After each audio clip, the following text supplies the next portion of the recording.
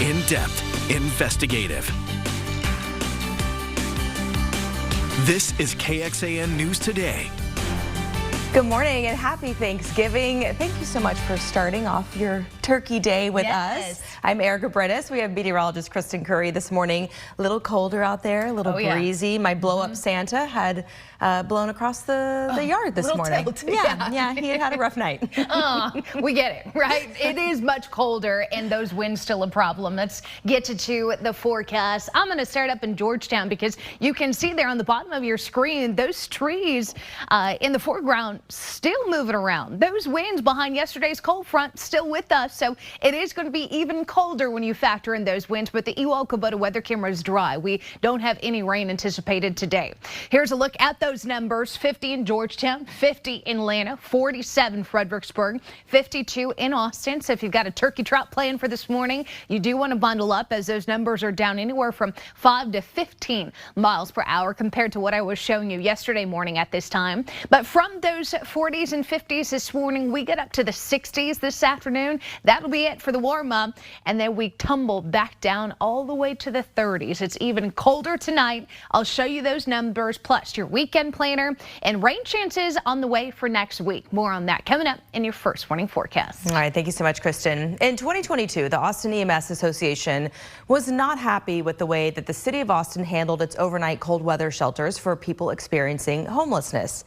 And now the City of Austin's Homeless Strategy Office and the Austin Area Urban League, which helps the city run those shelters, are making many of the changes that the Austin EMS Association and others asked for. Really do think that these new set of rules, they are what we suggested in the resolution 2 years ago, and we're glad to see them finally come to fruition. So I'm really excited to see if that better serves people who are experiencing homelessness, and we'll continue to provide advice on how we can continue to make these processes better and better. Those changes, which will go into effect this winter, include eliminating the complicated multi-tiered activation system. And now the notification that those shelters are opening will happen faster instead of the day of.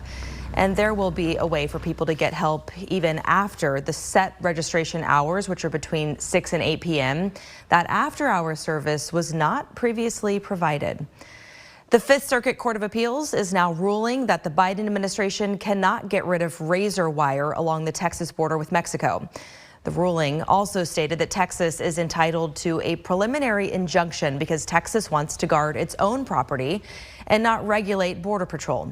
Border Patrol claimed that removing the wire is sometimes necessary to keep migrants from entering the U.S. illegally. The razor wire in question refers to the section in Eagle Pass. 3 Americans, including 1 Texan, are now free after years of imprisonment in China. The White House says that Mark Sweden, Kai Li, and John Lung will be coming home soon. Sweden, a Houston resident, was imprisoned for the last 12 years over drug trafficking charges and originally faced the death penalty. U.S. Senator John Cornyn released a statement saying, in part, "I join all Americans in celebrating his long-awaited return home." The Commerce Department is announcing that inflation's steady decline over the past 2 years has stalled as consumer prices have increased. According to the Federal Reserve's preferred inflation gauge, consumer prices rose 2.3% in October from a year earlier. Service prices generated most of the inflation for the month, while food prices saw very little change. The increase is up from 2.1% in September. Several people who work in the golf division of Austin Parks and Recreation are facing accusations of misusing city resources and abusing their positions for personal gain. That's according to a report by the Office of the City Auditor and a Parks and Rec spokesperson. The report said 1 employee ran a golf club repair business while on the clock. Several other employees are also accused of holding golf clinics and choosing themselves to be paid instructors. In a statement, the Parks Department told us that its human resources team will be working with management to review the report and determine next appropriate steps. All right, isn't it an Austin classic this morning? The Turkey Trot, the 34th annual Turkey Trot, expected to bring out 21,000 people to get their sweat on before they eat that turkey. Now, while plenty of Austinites are getting ready for that pre-turkey run, we have Jayla Washington live at the turkey trot. Jayla, a little chilly out there, but that's not going to keep those turkeys out from running. Hey, Erica. Yeah, it is pretty chilly out here, but pretty good weather. If I were a runner, I'd want to run in this weather. Joining me live this morning, though, is Mr. Mike Haggerty. He's the co-owner of Thunderbird. Y'all have been putting on this event for years and years and years. How are you feeling this morning? Are you excited? Are you energized? Oh, I'm always super pumped for the event. So many weeks and months of planning go into it, so to have it here and knowing it's going to happen, and no matter what we did or didn't do, it's still going to be a record crowd today with 21,000 people all having a great time. You know, kind of the community of Austin coming together with a great family tradition. We have at 34 years, we have families that now have 4 generations that run together and have been running it since they were kids, which is kind of scary because I was here for the first year. But anyway, so it's great. Yeah, absolutely. Okay, so walk me through, I guess, what you guys are expecting this year. I know, obviously, this is sort of the first normal-ish year getting back to the numbers that you're used to. How many runners are we expected? How many people registered so far? There's going to be over 21,000. It'll be a record crowd. Obviously, the pandemic knocked down the attendance for a while, but that's, you know, thank the Lord, that's out of the window. You know, that's gone now, so everybody's back to the same old. But, you know, there'll be costumes. There'll be a ton of fun. The Kids K starts at 8:45. Stepping Stone School's been the sponsor of that for 25 years now, and they have a kids' activity tent, so it's a fun time for the kids. And then the main 5-mile run starts at 9:30 with the walkers going behind that. So it's quite a scene. A lot of costumes. And I hear your costume's sitting over there. You're going to wear it for us later? Now, I'm in costume now.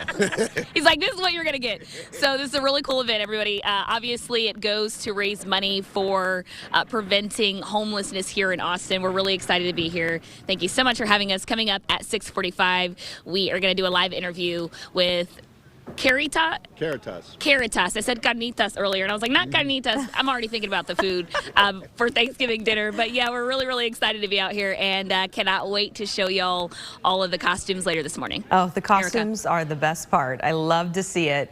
Good morning. A quiet I-35 right now at 6th Street. So nice to see. Don't you love the quiet of the Thanksgiving drive? If you are having to take a road trip today, typically it's a lot easier to get where you're going. Just get there safely, okay? Ease off that gas pedal. Enjoy that drive to wherever you're headed. Mexico's president says she had a conversation with President-elect Donald Trump to talk about immigration issues, saying that caravans are not arriving at the northern border. Mexican President Claudia Sheinbaum Pardo says the caravan is being taken care of in Mexico. President-elect Trump shared that it was a productive conversation and that they also talked about stopping the drug flow to the United States. Attorney General Ken Paxton's office is suing 3 huge investment firms, claiming the companies violated antitrust laws, forcing you to pay more for power.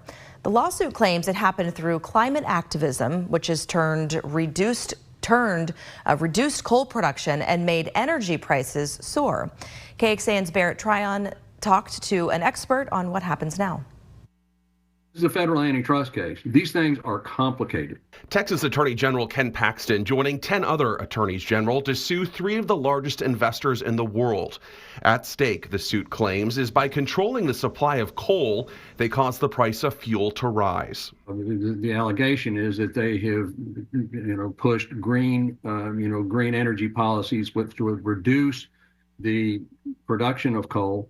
The suit also claims, quote, these firms deceived thousands of investors in non-environmental, social, and governance funds to maximize their profits. 3 very, very powerful investment houses who are going to be very well represented by very good lawyers. UT Law professor Randy Urban notes this is something that will take a long time to move through the court. It's going to take probably years in order to get some, final resolution unless they reach some settlement. In a statement, BlackRock says in part, quote, the suggestion BlackRock has invested money in companies with the goal of harming those companies is baseless and defies common sense. This lawsuit undermines Texas's pro-business reputation and discourages investments in the companies consumers rely on. For the average consumer, will it make a difference in their electric bill overnight? Probably not. And it depends on, it just depends on, the resolution of this case. A slow-moving process that could be years away from a solution. In Austin, Barrett Tryon, KXAN News.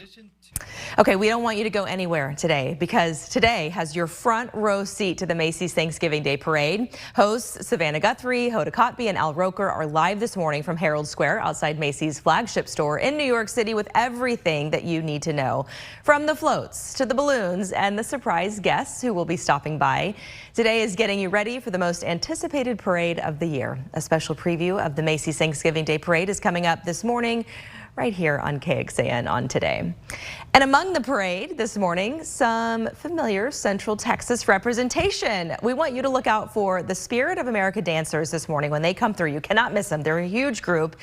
And within those dancers, you will find local dancers from the Lockhart Lionettes, the Bowie Silver Stars, and the Cedar Park Celebrities. So it's a big dance team made up of dancers, cheerleaders from across the country. It's sort of like the best of the best. Yeah. So excited to share and introduce you to some of those dancers. What a memory that they are making in New York City. I'm so bummed that it's going to be so rainy out there and chilly. Highs are only going to be in the 40s, but you know what? The winds look to be pretty light, so at least the balloons will go up. And yeah, you're never going to forget something like that. And maybe some of those girls will dance one day as a Rockette. Yes. Which would be such a dream. Oh, I hope so. Yeah, that's every little girl's dream, right? Let me show you what's going on with your forecast this morning. We do have some light sprinkles up to the north of us. I am not anticipating anything in the way of meaningful rain here at home. That cold front that moved in yesterday is bringing dry air down here at the surface. So even if those raindrops are trying to fall out of the clouds above us, they're going to have a real hard time